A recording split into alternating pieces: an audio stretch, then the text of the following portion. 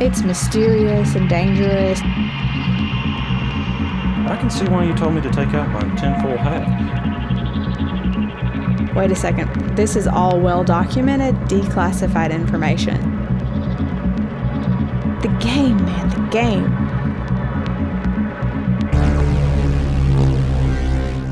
There's no way that this is an authentic Polybius cabinet. They aren't even supposed to exist. It's just an urban legend, and this is a prank or something, right? It's gotta be. Imaginary arcade cabinets from the 80s don't just magically pop into burned down arcades.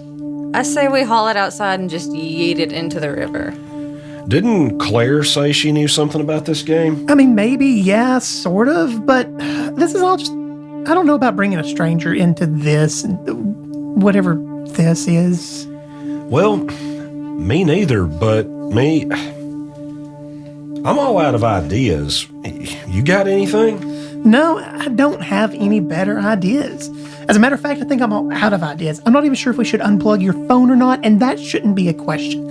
We shouldn't have to be sitting around wondering whether or not it's safe to unplug a cell phone. It's asinine and it's absurd. It's reality, bro. And I don't like it. No one's asking you to. Just call her. No, you call her. Here's my phone. I'm gonna go get some fresh air. Same, except cigarettes are like the opposite of fresh air. I called Claire. Honestly, we didn't know her that well, and I felt pretty awkward calling her about this. I didn't even know what this was. And what did we even expect her to be able to do? What was I going to say? Hey, Claire, I know we don't know each other that well, but remember that weird conspiracy theory you told us about earlier this week? Polybius? Yeah, so we definitely have a Polybius cabinet in the studio right now. Want to see? As feeble as it sounded, I wasn't sure what else to say, so I dialed her number and crossed my fingers that she'd even pick up.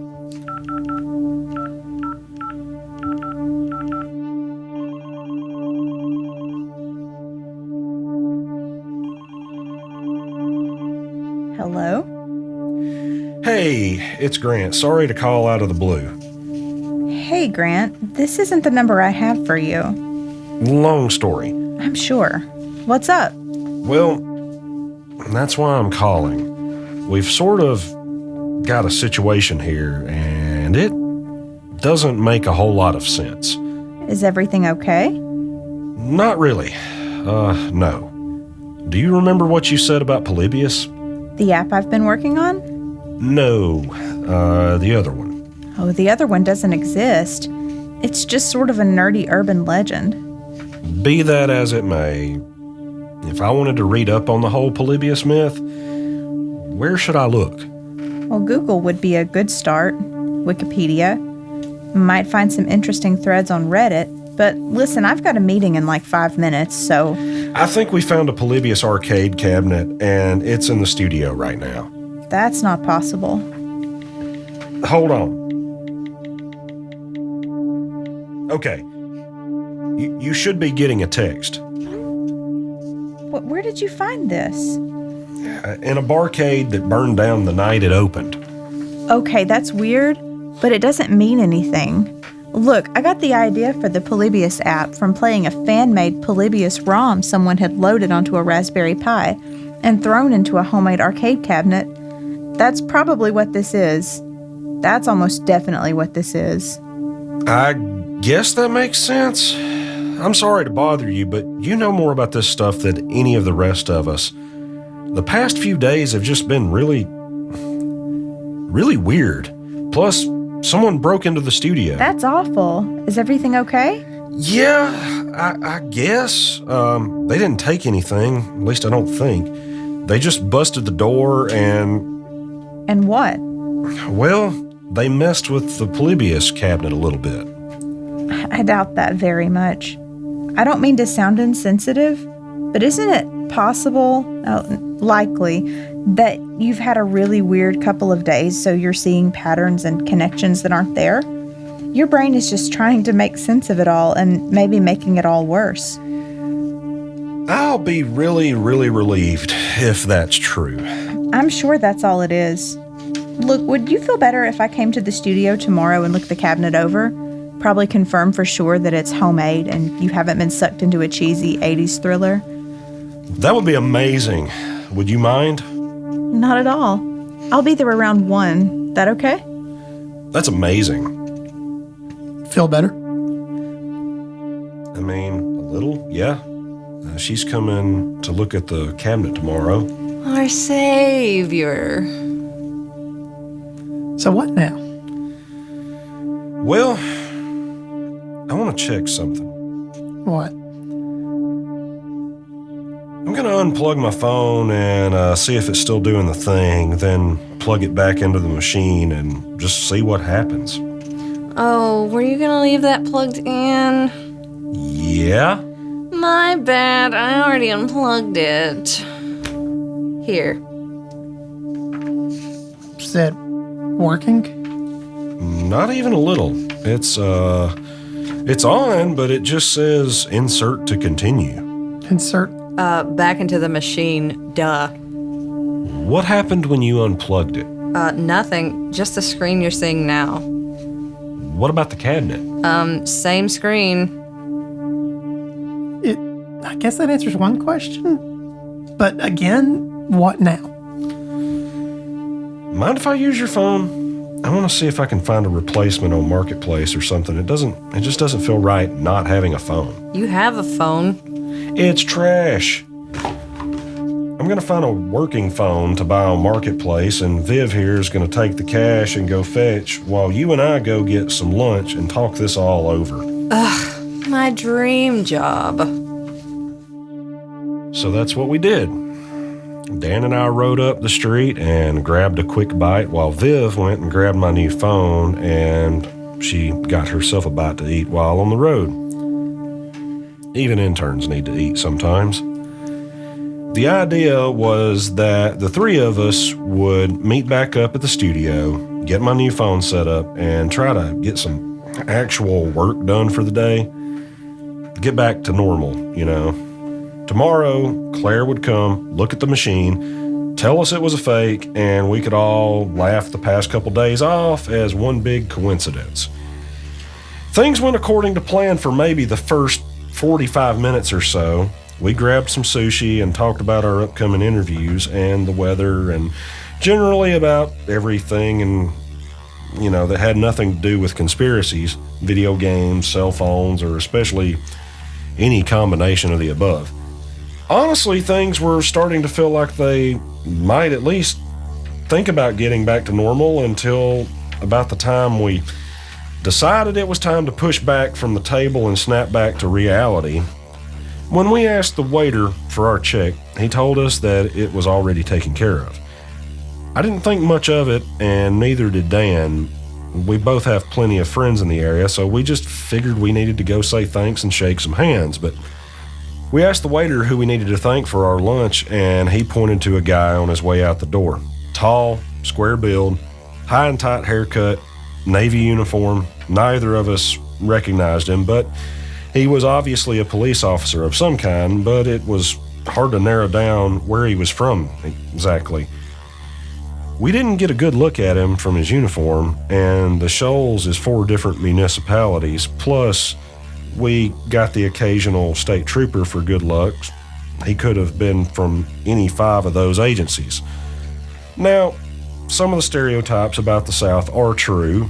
Not all of them are good, but they aren't all bad either. I like to think that one of the good ones is Southern hospitality. It's a real thing.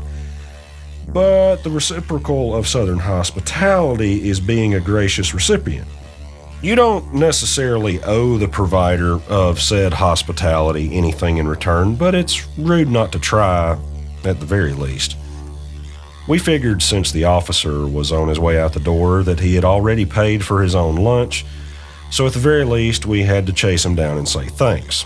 Trick was, all we caught were the taillights of his unmarked black Dodge Charger as he pulled out of the parking lot.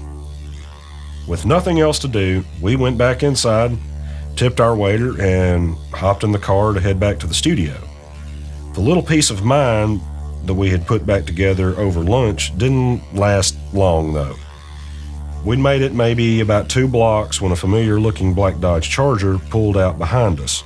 It could have been a coincidence, but my life over the past few days hadn't really left much room for coincidence. I asked Dan to turn on the recorder just in case. You really think it's the same guy? You really think it's not? A man can dream. What do you think he wants? How the hell should I know? He bought us lunch. Maybe he's just a fan. That's true, and that's creepy, and I guess I'm just anxious. Me too. I want to try something. Where are you going? Let's take the scenic route. You think that cop's really following us? Just once this week, I just want to know something for sure, one way or the other. Well, that's still behind us. Let's give it just another few minutes. I'll make some more turns and just see what happens. And we did. We drove for about another 20 minutes or so. I kept making one unlikely turn after another. Sometimes I would think we'd lost the Charger, and once I pulled into the parking lot of a Dollar General for about 5 minutes and watched the Charger drive past us. When we pulled out of the parking lot, he was right there behind us again. That's when the blue lights came on. Is your recorder still on? Yeah. Good. Keep it rolling. Are you sure that you want to pull over? I think we have to. Good afternoon, officer. License and registration, please. Sure thing. Do you know what I'm stopping you for? No, sir, I don't. You were doing 64 and a 55 back up the road near Tuscumbia. Sorry, sir. I guess I just didn't realize the speed limit dropped down. You'd be surprised how often that happens. Wait here, please. So he seems pretty normal. Do you think we should maybe try to talk to him about what's going on? Maybe. I don't know. I wouldn't believe this if I were him, you know? Would you? But we don't really want to just come across sounding like a bunch of crazy guys. All right, you're clean. You've got a generally safe driving record. I'm going to let you off with a warning this time, but I need you to pay more attention while driving. Thank you, sir. I'll be sure to drive more careful. Hey, are you the gentleman that paid for our lunch just earlier? Yes, sir, I am. Thanks. We really appreciate it. Don't mention it. Just my good deed for the day. You a fan of the show? We could... No, sir. Didn't even know who either of you were this time last week. Drive safe and have a nice afternoon. Officer, wait. Before you go, I was wondering if I might be able to ask you a question. I didn't know what I wanted to ask him. Part of me didn't want to ask anything at all because the past few days had just been too surreal to really describe. Another part of me wanted to just start talking, word vomit, just open my mouth and let everything come spilling out and just hope that maybe someone could make sense of this whole mess. Before I could do anything, though, the officer reached into his pocket and pulled something out, reached through the window and put it in my hand. It was my old phone, the one I dropped in the trash just a little bit earlier. I believe you know Officer Musterman. He sends his regards. He also sends your phone and says you should probably do a better job of keeping up with your property, especially important pieces of property. Have a good afternoon, and remember, drive safe. Is that your old phone? Yeah. Are you going to answer? I think I should. 3 days remaining. 3 days until the end. 3 days until you are out of time. You have been connected. Grant. You must play.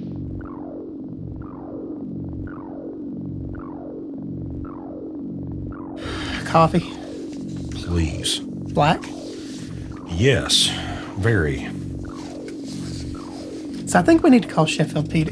Why? I can think of 2 reasons. The first is that we still have to get a copy of the police report from the other morning so that we can see about getting the door fixed. Plywood over broken glass is not a good look for a studio storefront. I guess. I hadn't even thought about it since everything that went on the past few days. I just figure we got to control what we can, and I think that getting that police report might be a good first step towards regaining some kind of control over our lives. Agreed. Second, we got to talk to Sheffield PD about the fact that one of their officers entered the studio illegally, rooted through our trash, found your phone, and sent one of his buddies to track us down and hand deliver it to make a point. And I don't even know what the point is. Do you think that's a good idea? No, not really, but I don't know what else to do. All right, but consider this. In the past week, a new business has mysteriously burned to the ground. We managed to get what is apparently some kind of rare arcade cabinet out of the deal. We get it into the studio and someone breaks in that very same night and rigs up this arcade game so it can plug into my phone, and meanwhile, somehow my phone gets wiped and only does one thing. It plugs into the arcade machine and apparently runs Polybius. Are you following me so far? I think so. All right, so, first of all, someone knew that I had an Android phone. Otherwise, there would have been a different adapter. I mean, yeah, I guess, but I'm also guessing that whoever remotely bricked your phone and installed, or I'm guessing installed, Polybius could easily tell what OS your phone was running, and I'm guessing, something like that was trivial for them. Right, but still, my phone hasn't worked all day. It finally starts working, and I get what I can only assume was a pre-recorded threat. So what are you getting at? Let's say we call the police. They won't believe us, or if they do believe us, they might just circle the wagons to protect one of their own. Either way, we run the risk of upsetting Musterman, who's already obviously operating outside the scope of the law. Okay, so what do you propose? I don't know. Well, how about this? Little steps. Would you be opposed to trying to get a copy of the police report? If Musterman is really targeting you for some reason, it might be helpful to have a copy of the report. If nothing else, it starts a paper trail between him and us in case we ever need any evidence like that. I'm not doing it. You can. Yeah, that's fine.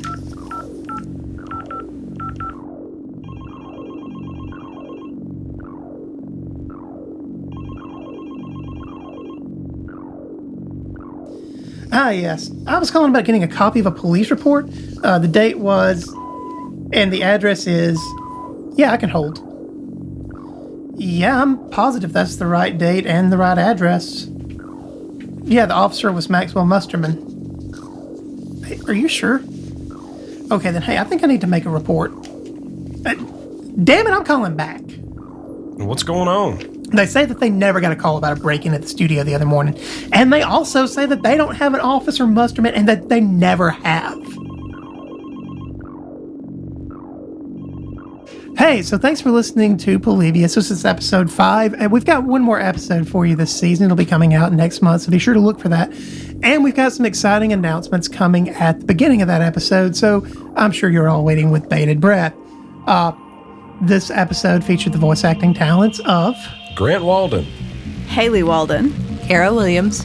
Dan Williams, and David Mosley. so thanks again for listening, and we look forward to seeing you next month. Hey guys, Grant here. I hope you've enjoyed Polybius. This is new to us and we're gauging fan interest. If you like it and need another audio drama in your life, let us know what you think. Find us on Facebook at Tape Noise Podcasts and review us on iTunes, Stitcher, or wherever you listen to podcasts. Hey guys, Dan here, and thanks so much for listening. We're really excited to hear your thoughts, so please tell us what you think, and if you enjoyed it, please tell your friends. Thanks, and we'll see you real soon.